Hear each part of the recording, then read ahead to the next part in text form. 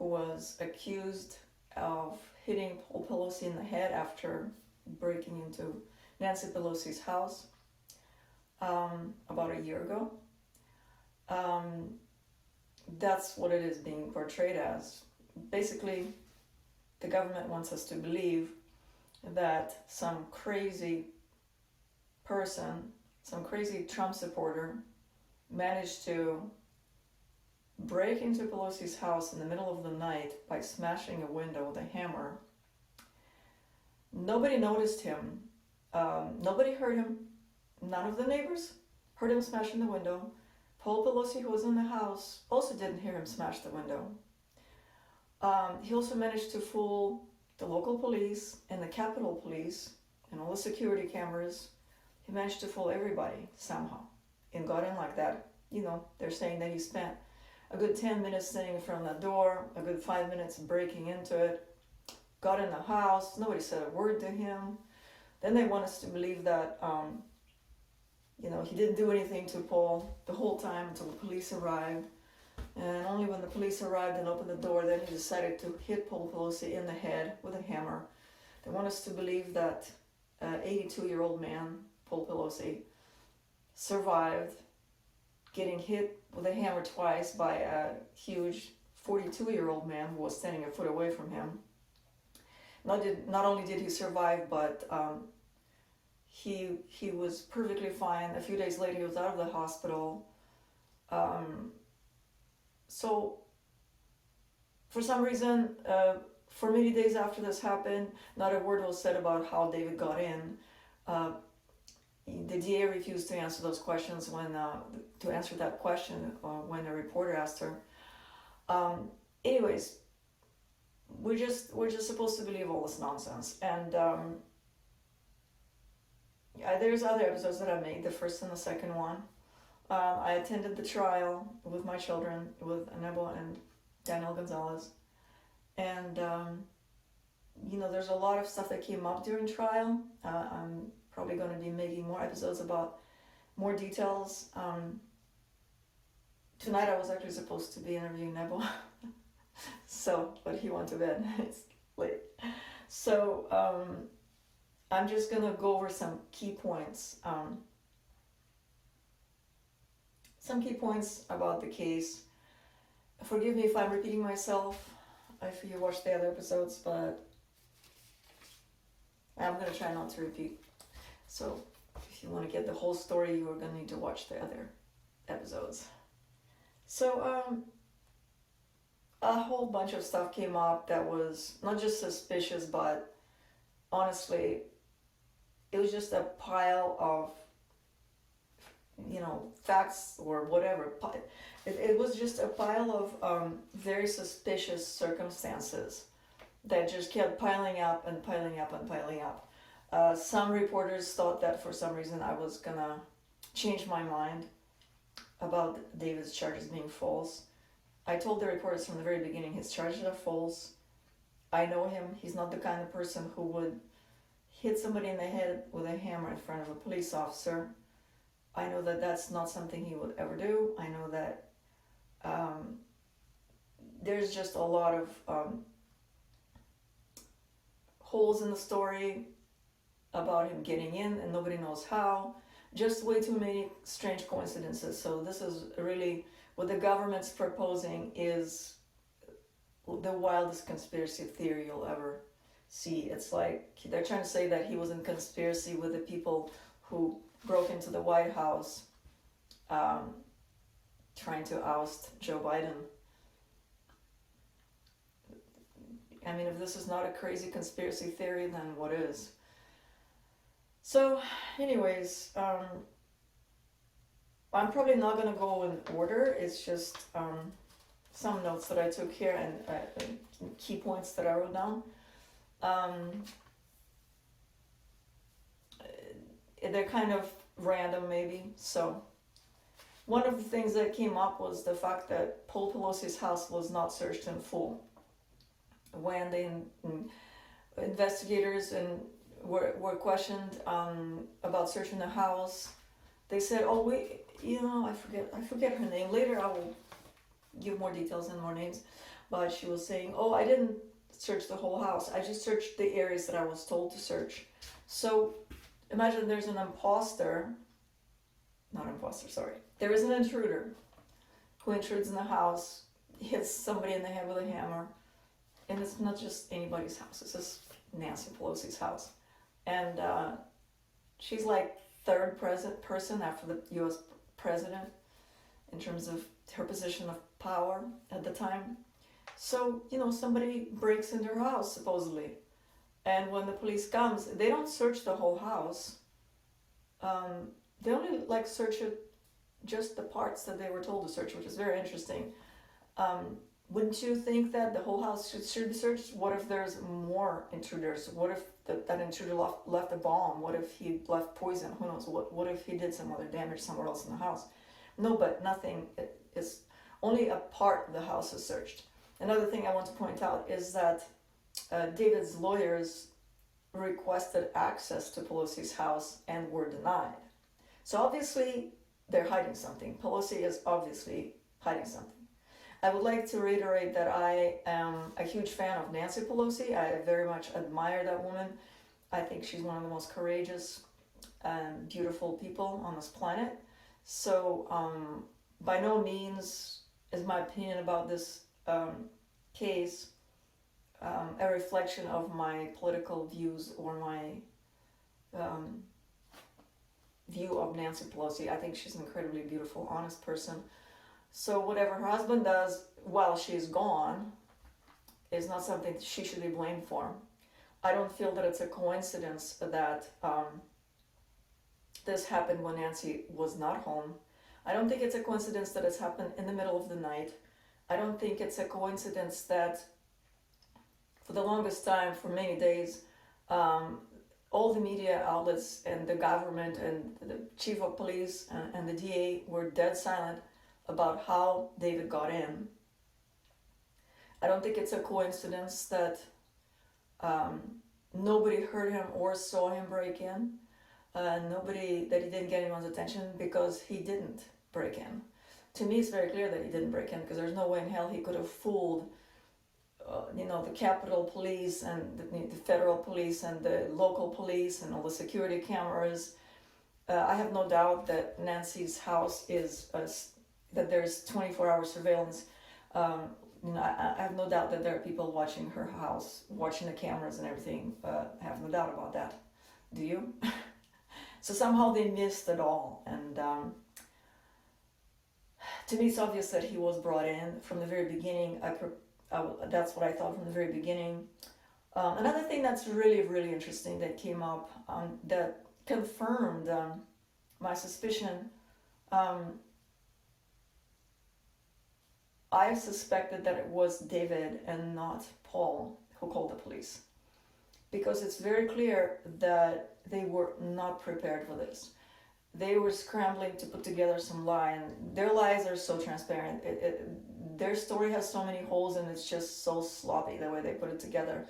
It obviously was not planned at all. It's clear because they didn't know. It's like something happened there. The police arrived and they didn't know what to do. In fact, they were saying that the police didn't even know that they were going to Pelosi's house. How could they not know that? The dispatch call that they gave to us, which to me, I think it's completely bogus. That call that was released later, it's very easy to fabricate this, by the way. So in that call, Pelosi answers the phone. No, actually, he calls and then he says, "Who is this?" And then he says, and then the police starts asking him questions. And the first question they ask him is who he is, and he says, "Oh, this is Paul Pelosi." Yeah, I knew that the police ask people who they are first when you call them. Their first question is, "Who are you?" So how could they not know where they were going? That dispatch call actually, in that call, Paul says, "I'm Paul Pelosi," and he tells them where to come. Obviously, they know who he is, but somehow the media keeps saying that they didn't know that they were going to Pelosi's house. That was for a long time in the beginning. And to me, that was very suspicious right away. I thought it's very possible that David was the one who called the police. And that's why they didn't know, and they seem to know his name too somehow. So it's David probably who called the police. And what's interesting is that during trial, not a word was said about David's phone. There was a bunch of devices that were taken that were David's, and nothing was mentioned about any of them. There was only his hard drive was mentioned in terms of like what was found on it. Nothing was said about anything else. Not a word was said about David's phone.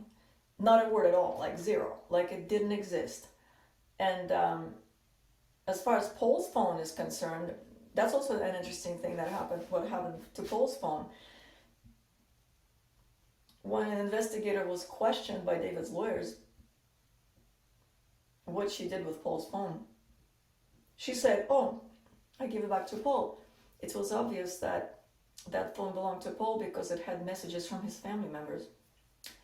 Now that's interesting because, first of all, when you arrive at the crime scene, you're supposed to take everything and investigate everything and search everything. You can't just, I'll say, oh, I'll just take this person's phone, but not the other person's phone. Everybody's phone should have been searched. Obviously, they don't want to tell us anything about David's phone or Paul's phone. In my opinion, probably has to do with the fact that it was David who called the police. Because if they searched Paul's phone, there would not be a call to 911, and if they searched David's phone, there would be a call to 911. So, anyways, regarding Paul's phone, she says, "I gave it back to him because clearly it was his, because there were messages from his family members." Well, first of all, how would she know who these messages are from? Before that, even, does she have his password? How can she read messages on his phone? Obviously, they're password protected, I would think. And so she wouldn't know that. And she wouldn't know those messages are from. She wouldn't even be able to read them. And why would she give it back to him instead of retaining it for an investigation? So, I don't know what happened. I just don't know. I can tell you what didn't happen. David did not break in because it's impossible to fool everybody and to not wake up any of the neighbors and not to get any attention from any police at all. To me, it's obvious that he did not break in. To me, it's obvious that what they're telling us did not happen. What exactly happened, I can't be sure, but I have a theory. What I think happened is that David was brought in there in the middle of the night when Nancy was away. So to me, he was brought in there, he was trafficked there. He was trafficked there, in my opinion, as a slave. Because if he was actually a sex worker and he was there as a sex worker, Elon Musk suggested that. It's an interesting suggestion. But if he was a sex worker, he would be making enough money not to live in someone's garage. He was living in a garage and making furniture, and he was living a very humble life in a garage where there wasn't even a bathroom. So a sex worker can afford better living conditions than that. So he was not a sex worker. He was brought in there to be abused, to be raped and tortured, most likely, and at the very least raped. So there were statements in the beginning in the media talking about David being in his underwear when the police arrived, and then those statements were debunked by whoever, by the government, I guess. So I really pay attention to the things that they debunk, that they're so adamant about debunking. Why was it so important for them to quote-unquote debunk that? Why was it so important for them to convince everyone that David was not in his underwear, that he was fully dressed? To me, that's very suspicious. So basically, the police arrives. They don't even know where they're going, because in my opinion, David was the one who called them. They get there.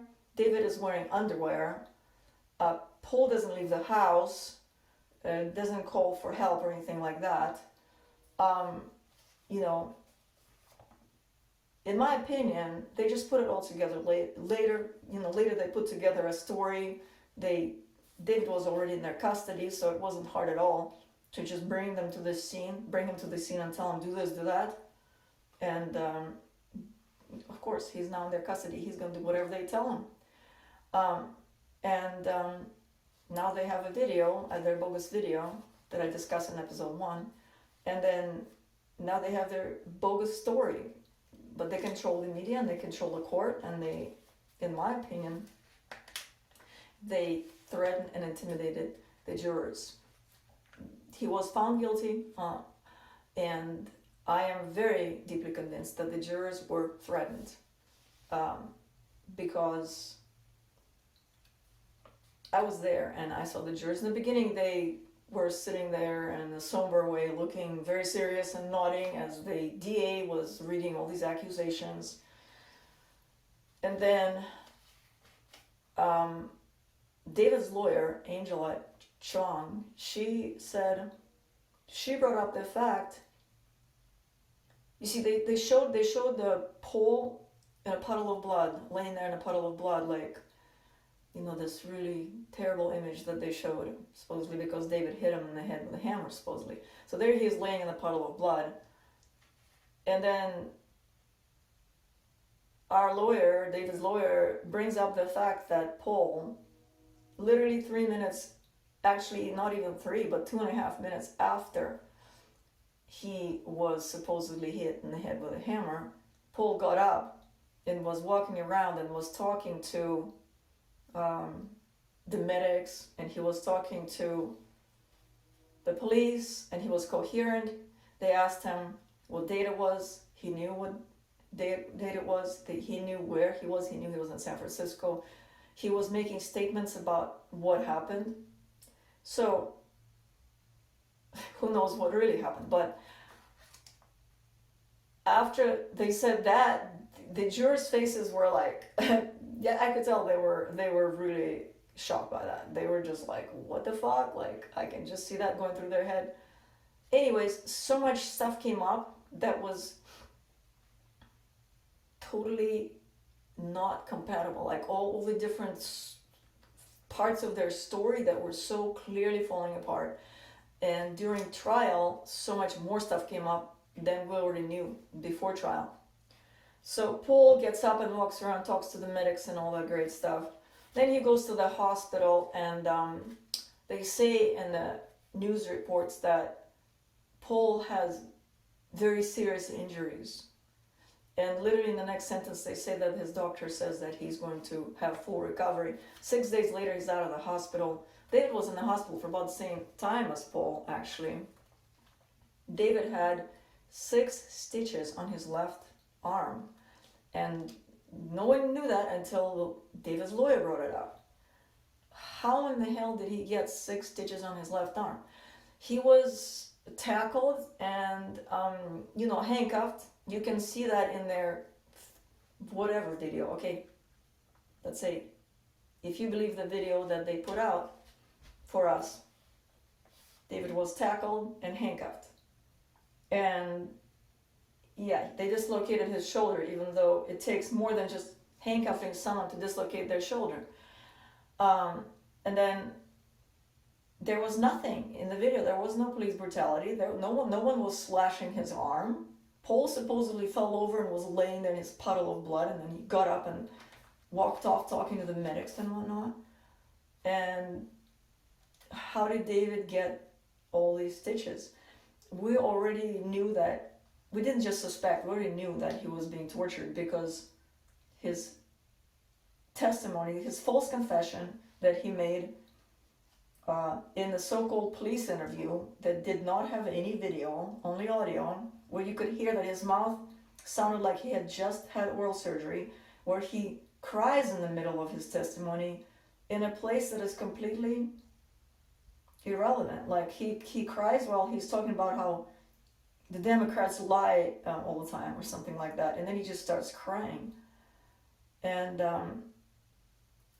David's lawyer, Angela, she brought it up, she emphasized it, and she had that piece of the interview replayed for the jurors where you can hear David crying. And I looked at David, he was sitting there in the courtroom. I was watching him while they were playing that, and David literally started crying in his seat. Like he was trying to hold back his tears, and then he ended up wiping tears from his eyes. And I can tell you this, David never cries, okay? In the 15 years that I've been with him, none of my kids have seen him cry. He is not the kind of person who cries. So for him to cry like that, something very, very terrible must have happened to him. Something very intense and very painful. That explains the 6 stitches on his arm, okay? His left arm, like, okay, so whichever arm, I suppose. There is no reason for him to have any injuries on his arm. So I also want to point out something else. I do believe that Paul is involved in human trafficking, that Paul Pelosi is involved in human trafficking. I liked him. He quote unquote testified. He testified, but he wasn't cross-examined. So to me, that's bogus, okay? But anyways, when he was telling his story, yeah, he seems like a very likable, very charming, sweet old man. He seems really nice, okay? But so do many other people who do things you would never think they did. Like, you know, when I first saw a photo of Jeffrey Epstein, he just looks like a beautiful person. He's laughing and he seems to have the sincere joy in his heart. And frankly, people who are involved in horrible things, who do horrible things, they're not necessarily demons with horns. We assume that they're demons with horns, but the thing is, they're just very broken people who were severely abused as children and infants. A lot of times it started in infancy.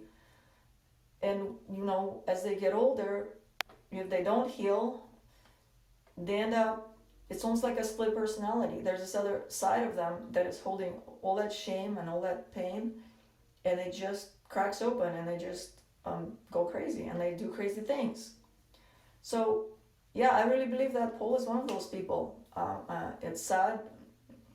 I'm sure the fact that he drinks, that he's an alcoholic, definitely shows that he was abused as a child, enough to be still suffering from alcoholism this late in his age. So obviously there was severe abuse in his life as a child.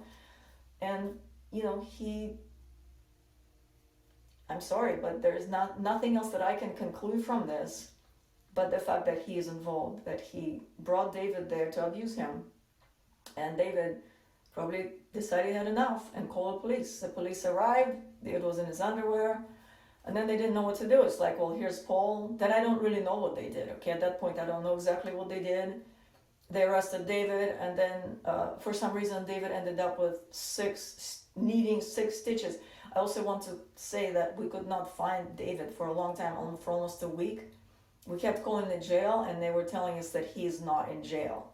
We kept calling the hospital, and he was not in the hospital either. So he was not in the hospital, and he was not in jail for days. Sounds to me like he was tortured in some cell. The people who are running these underground human trafficking rituals, satanic rituals, whether it's satanic rituals or just plain outright rape and torture or just rape, you know, all that wonderful stuff. So whoever is running that, you can call it shadow government, maybe it's the cult, the satanic cult. Who is it? I don't know. I don't know their names. It's usually very hard to find out those people's names. But somebody's running this underground network, and by now, we're all aware of it now, okay? There's a lot of information and documentaries that have come out to the public that it's not a surprise that celebrities and politicians are involved in terrible things like child torture, child rape, human trafficking, murdering children, murdering people. I'm not saying everyone is involved, by no means, and I'm not going to conclude that just because someone took pictures with people who are involved in that does not automatically mean that they're involved. To me, it would take, you know, quite a bit of proof for me to conclude that about someone. I don't think we should be so quick as to assume, oh, you know, all the celebrities are involved. No, there's no way in hell that all the celebrities are involved.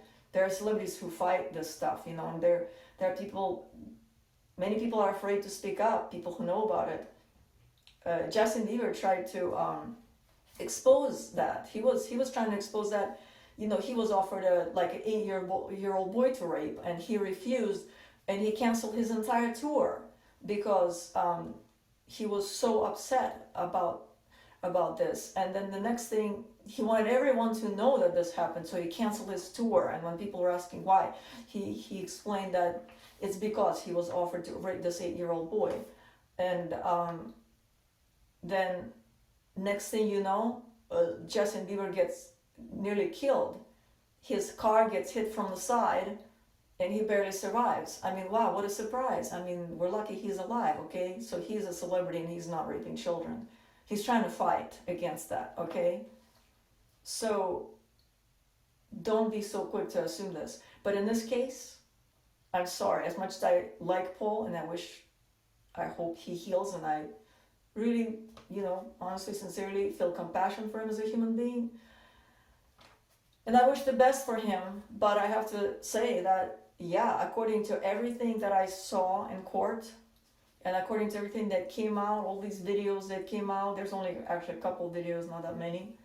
Everything that came out about this case, to me, makes it very clear that this was a case of human trafficking where David was kidnapped, brought there, maybe not kidnapped forever. The way they abuse people is they temporarily kidnap them, abuse them, and they put them back in their regular environment.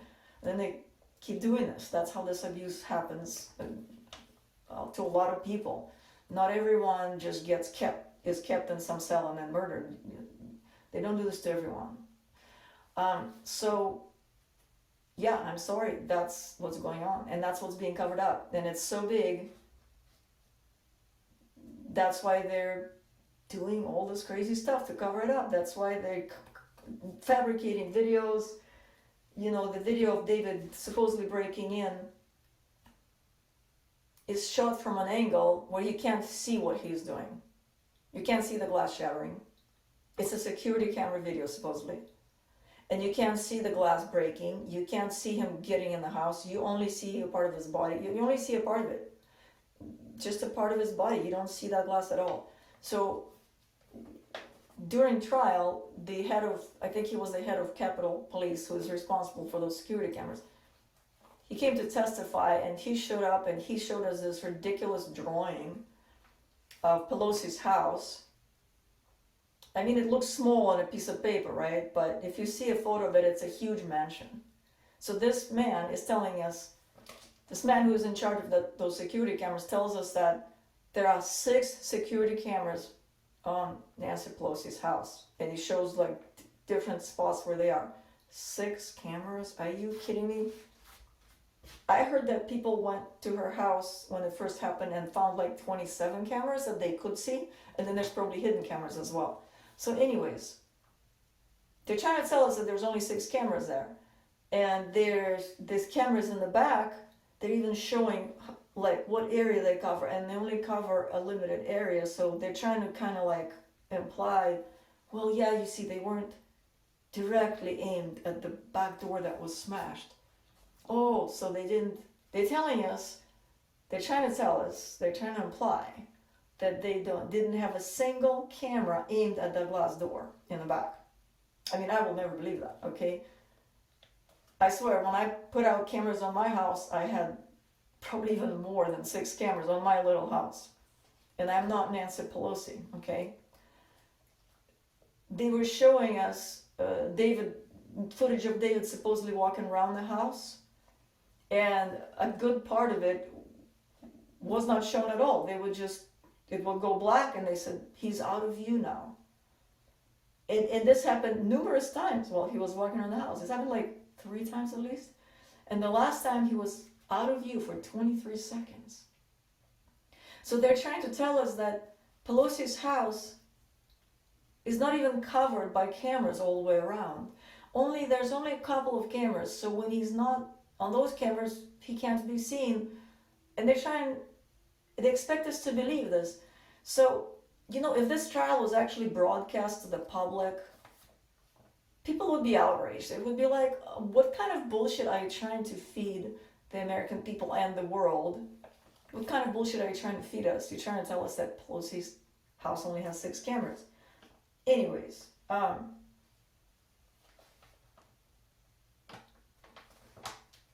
Yeah, and Nancy Pelosi mentions that her house was vandalized a year before this happened. So if her house was already vandalized, shouldn't there be increased security? And shouldn't they have searched the whole house when this happened? So yeah, it's just such bullshit, and it's such an insult. It's such an insult to all of us.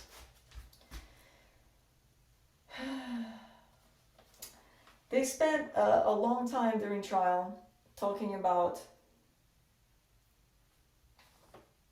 Actually, I want to bring up something else real quick. I want to bring out something else that shocked everybody. So when they were going over David's stuff that he had in his backpack,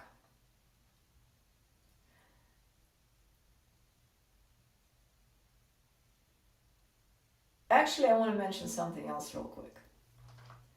The DAs or whoever it is obviously watched my first episode. After the first day of trial, Daniel and I did a 1 hour episode talking about the inconsistency in the evidence, and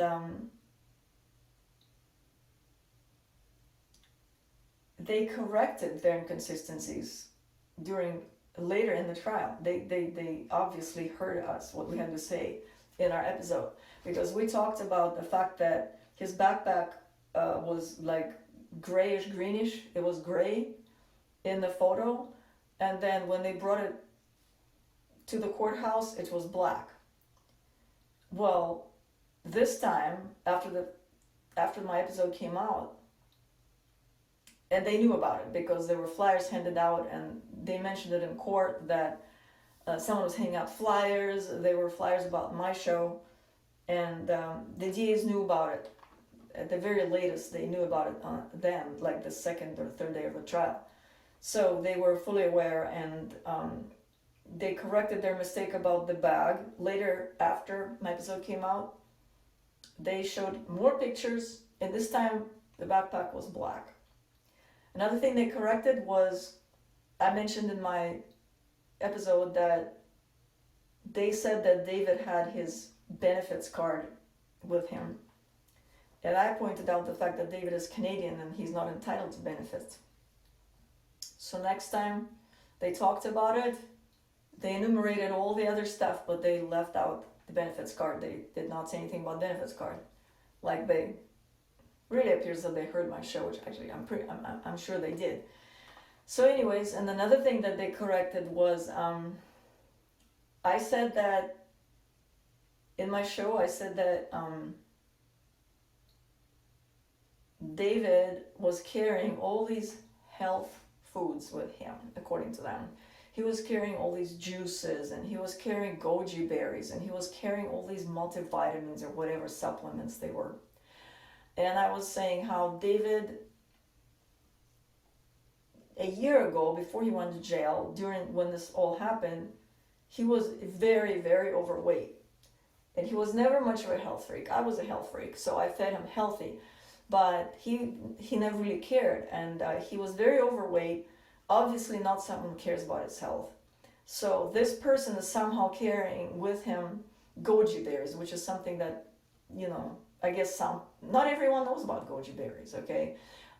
He's carrying all these health items. So I said that was ridiculously inconsistent with the way David looked in that video and the way I know him to be. And after seeing my episode, they corrected themselves, and they said, well, he was carrying goji berries, that's because he was going on a long trip and he was bringing dry food with him. It's like, what the hell are they talking about? He was not going on a trip into the mountains. He was going on a trip supposedly to go and target all these politicians and target this lady, this professor lady that they said he was targeting. And yeah, so that doesn't make sense. Their explanation doesn't make sense. Okay, so I would like to now get back to that, as promised, that thing that shocked everybody. As they were going through David's stuff during trial, as they were pulling out all these items that he supposedly had in his backpack, first of all, they all look brand new, okay? So as they're pulling them all out, one of the things they pulled out was a little bag of cash. And the first time they just said, oh, there's cash here. And then the second time, then they pulled it out, once again they said there was cash. And they just said some cash. And then David's lawyer said, how much cash? And the investigator says, well, $9,000. It's like $9,000, and no one mentioned this ever before. The media never mentioned it for this whole year. No one ever knew anything, and basically they're trying to hide it because they're just saying there's some cash. They should have said, hey, there's $9,000 in cash. That should have been in the headlines right away. But no, somehow that is being kept hush-hush. And I thought about it for a while. I was like, what does that mean? And I actually have a theory, I think, what it probably means. I was thinking, why is there $9,000? What does that mean? Could it be that David's involved in something bad? Was he getting paid or something? And then I was thinking, okay, well, if he was getting paid, he wouldn't be living in a garage. If he was getting paid that kind of money, he would not be living in a garage without a shower. And then I figured out. I think what happened is this. I think David was brought in there. He was trafficked there to be sexually abused and, probably possibly tortured as well. So anyways, he's brought in there as a sex slave. Then David called the police, which I think is what happened.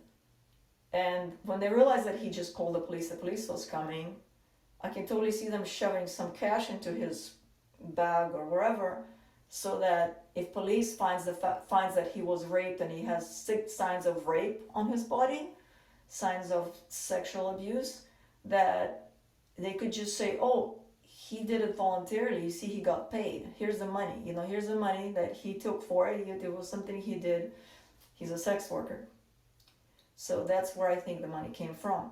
And they were hiding the fact that it was there. And because they're hiding it and never mentioned it, I believe that that's probably one of the things that was true, that it was really there, because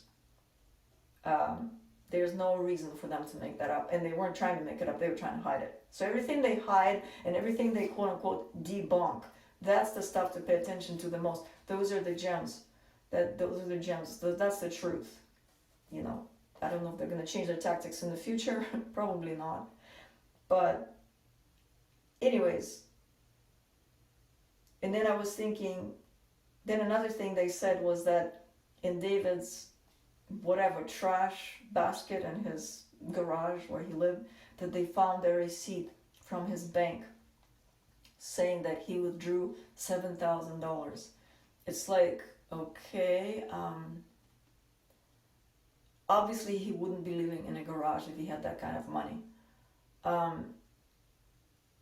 Because it's literally enough for nearly a year. $9,000 is nearly enough for, you can rent for like, you can rent a room for nearly a year for that money. So anyways, I think that the reason they said that they found a receipt from his bank for $7,000 is because if a question was ever raised about where those $9,000 came from, they would be able to say, oh, we found the receipt in his wastebasket, which I don't believe, of course, and it's very easy to fabricate something like that. In fact, they never actually showed the receipt itself. I did not see the receipt. They just said that they found it. I didn't even see it being presented in an exhibit. So, yeah, so think for yourself. I mean, what do you think happened? Nancy is away on business. It's 2 a.m. It's in the middle of the night. Paul is by himself. Somehow this person gets brought in. Clearly he gets brought into the house, because there's no way in hell that David could have fooled all these security cameras, all these police people, and broken the window without anyone hearing him. That's just impossible. So he was obviously brought in. That's obvious, okay? And then somehow he's found in his underwear when the police gets there. And they don't even know whose house they're going to, which suggests that Paul was not the one who called the police. They get there and David's wearing his underwear. And they later really want to hide that fact. Somehow there's $9,000 in David's bag that they are trying to hide during trial, even though he lives in a garage. And somehow David ends up with 6 stitches on his left arm, even though no police brutality is ever shown in this video. And 6 stitches in your arm, I forget if it was 5 or 6, it may have been 5, but 5 stitches in your arm, that does not happen from police brutality. That happens from torture. And then the audio that is being played from that confession has no video, and it sounds like they just beat the shit out of him. That's why probably they can't show the video of him. And what else is going on in that video that we're not supposed to see? David starts crying while he's listening to that tape, literally right there in the courtroom. And also I want to say David did cry a few times afterwards. He was making a testimony afterwards. And he was crying at very random times. He did say that he hit Paul. He said that whatever, all the stupid stuff that they made him say, I'm sure.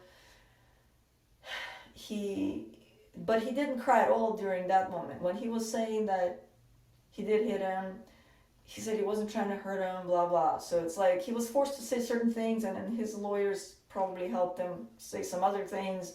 So it was like a story that was kind of a fabricated story. A false confession. During that confession, during that whole testimony, he started crying while he was talking about Trump and how somebody made fun of Trump, and then all of a sudden he starts crying. And then later, another couple minutes later, he starts crying again, and then a third time, and every time it's at a time when there's no reason to cry, okay?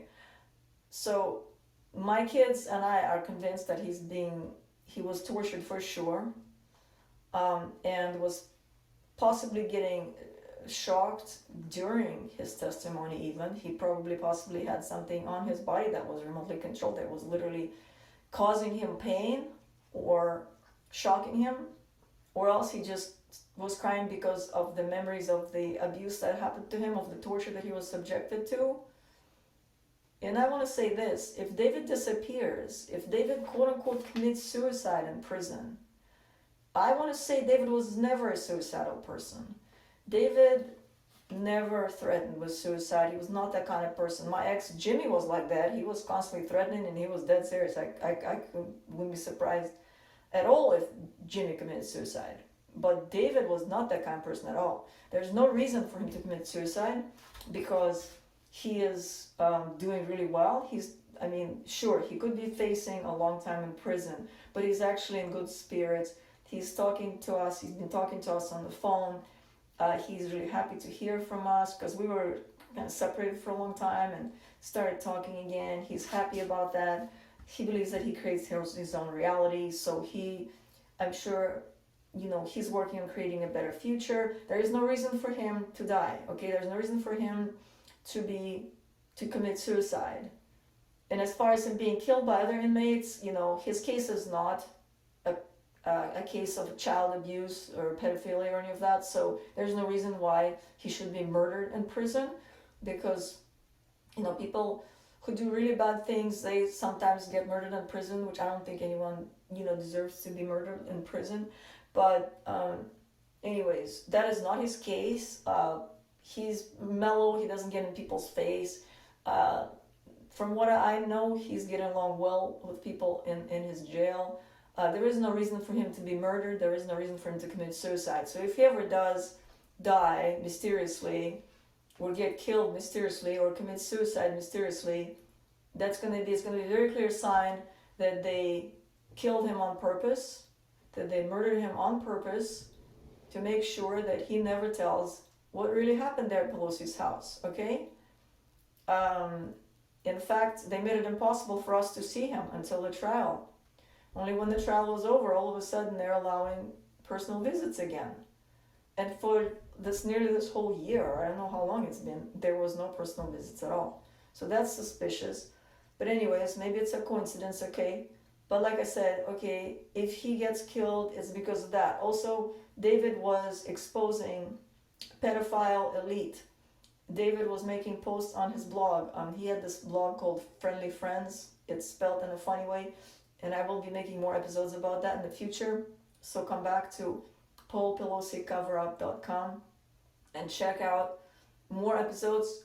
He posted multiple episodes of documentary called The Fall of the Cabal. You can find it on BitChute. It's been taken off of YouTube, but you can find it on BitChute, BITCHUTE. It's another video hosting network or social media platform. They post a lot of stuff there that's not available other places, has been censored. Also, David posted a video, oh god, I forget his name right now, but of a CIA operative who made a presentation in court or somewhere in some government hearing about child trafficking. I could not find his testimony anywhere. It was taken off of YouTube, even BitChute. It was there, but when you click on it, try to play it, it tells you there's an error and it doesn't let you play it. So they hacked into it. I don't know what they did. They made it impossible for anyone to find it. So David has been posting these videos. He also posted a video, an interview with the person who made Sound of Freedom. I'm sorry, I don't know his name, but that was 2 years before the film even came out. So David knew a lot about these things.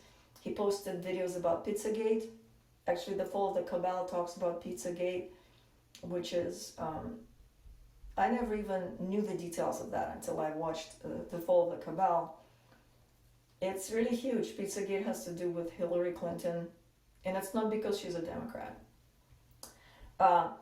There's a lot of evidence in that documentary that really shows that she is involved in pedophilia and all that horrible stuff that's going on, the elite pedophilia. So David was exposing all of that, okay? He was exposing all of that, multiple different things, not just, if you don't want to believe Pizzagate, actually if you watch The Fall of the Cabal, and there's probably a lot more information out there, if you look hard for it, just realize that YouTube censors a lot. So you go to BitChute and other video hosting platforms to look for those videos.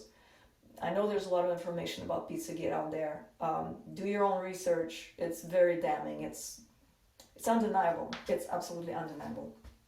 And also do some research about the Franklin cover-up and McMartin Daycare. Ted Gunderson, who was actually a friend of mine, I was friends with Ted Gunderson, he was an FBI senior officer at FBI. He had 700 people working for him at FBI. He was there for almost 30 years, and he investigated CIA child kidnapping. He investigated a lot of things, and he became a whistleblower when he realized that the CIA itself was running satanic rituals involving rape and murder of children. The children were being taken to remote locations to perform these rituals. And he returned a lot of children to their families, actually, and he was hiding the last number of years of his life, and he eventually was poisoned. His water supply was poisoned. So that's what happened to Ted Gunderson, but he investigated McMartin Daycare himself. There were tunnels where they were taking children to be prostituted on the other side of town. There's a lot of details. I don't know if Ted Gunderson's work is posted anywhere. I know he did make a number of videos. But all of that stuff is real, and it's undeniable, okay? Especially when it comes from people like Ted Gunderson, who was a, high-level FBI official, and it's this information is out there. David has been exposing it. David was exposing it, and he was clearly brought in there and trafficked to Paul, and then I don't know the details of what happened. If an 82-year-old man was hit in the head with a hammer twice by a man who's twice his size and half his age, he's not going to be walking around 2.5 minutes later and talking coherently. I mean, under normal circumstances, he should have been dead instantly.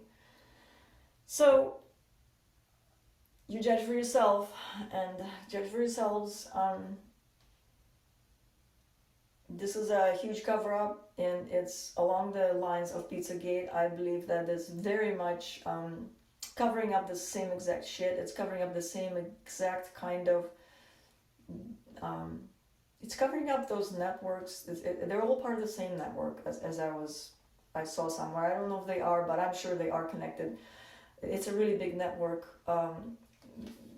There might be some private networks that are not connected to the big one, but there are some really, really big ones. And Bohemian Grove is a part of that whole thing. If you watch Alex Jones has information about that he investigated. I think there's a lot more going on in Bohemian Grove than what Alex Jones saw, because he kind of snuck in there.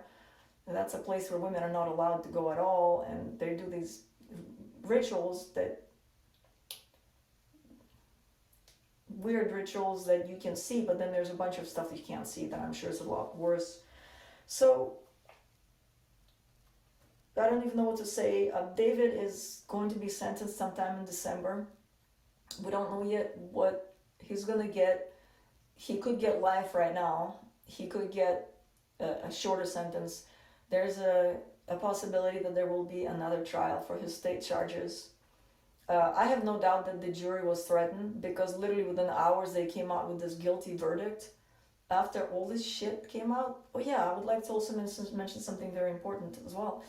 Paul did testify technically, but first of all, he was lying during his testimony. It was clear.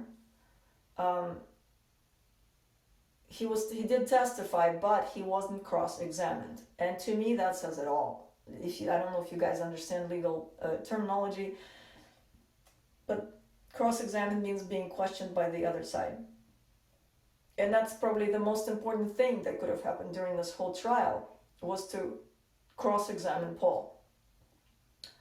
And the fact that he wasn't cross-examined, to me, is a blatant confirmation of every conspiracy theory that they call conspiracy theory. It's a blatant confirmation of the fact that this is a huge cover-up.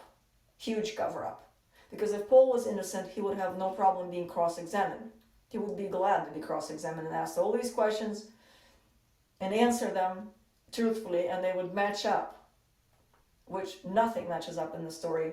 For instance, Paul says that he didn't talk to anybody about what happened to him on that day a year ago, because he was so traumatized by it. He says he just recently talked about it for the first time like a week ago or 2 weeks ago.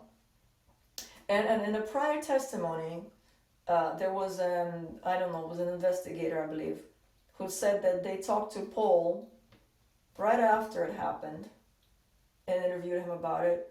And then they talked to him again, and then a third time just recently. So according to that investigator, he discussed what happened 3 times. Paul was saying over and over again that he was too traumatized to talk about it until just very recently. He said it a few times, over and over again. And then the DA corrected him. And that's illegal. It's called leading the witness. She told him, but you did talk about it right after this happened, right? But you did talk about it right after this happened. To the investigator. And then Paul said, oh yeah, I did. So, anyways, Paul also had there was a picture of Paul's hand. I believe it was his left hand. It was totally ripped up. It was ripped up like as if somebody cut him and then just ripped all the skin off of his hand. This whole area of his hand, the skin was just ripped off. And I wonder how that happened. Because if you watch the video that they gave us, that we're supposed to believe, it doesn't show David hitting Paul. You can't see it. It's behind. When it happens whatever happens, you can't see it. You can see him chasing Paul, and then it disappears behind the wall. And the next thing you see is a bunch of this, which is also fabricated. Our lawyer even asked one of the cops, and what is this at the end of your video? And what is this? And he says, oh, well, my camera fell off. So, yeah, if a camera falls off, it like falls somewhere and then it starts just filming the same thing. It's like, then it falls to the ground or it falls somewhere and then it just stays there and it shows like the ceiling or, you know. So it's not consistent with what he said, and like all of a sudden he's saying that his camera fell off. You know, there's just so many coincidences. So yeah,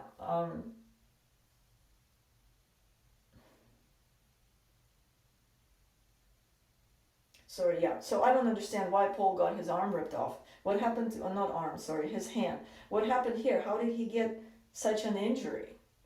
If nothing happened, there was no struggle, nothing like that was shown in the video. You know, he was just on the floor and that's it. And then David was handcuffed after that. So how the hell did Paul get his arm ripped up like that? And he also had a cut on his other arm, this big of a cut. How did all that happen?